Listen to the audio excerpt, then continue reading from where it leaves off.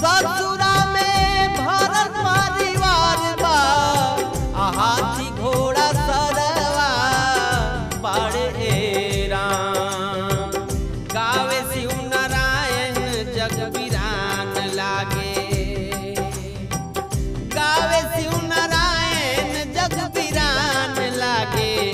एक ही ललनावा बिना राम, गावे शिव चरण जग वीरान लागे, गावे शिव चरण जग वीरान लागे।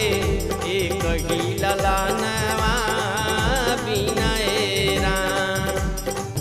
साड़ी चोली पेन्हली गहनवा, साड़ी चोली पेन्हली गहनवा। आ देखली दारा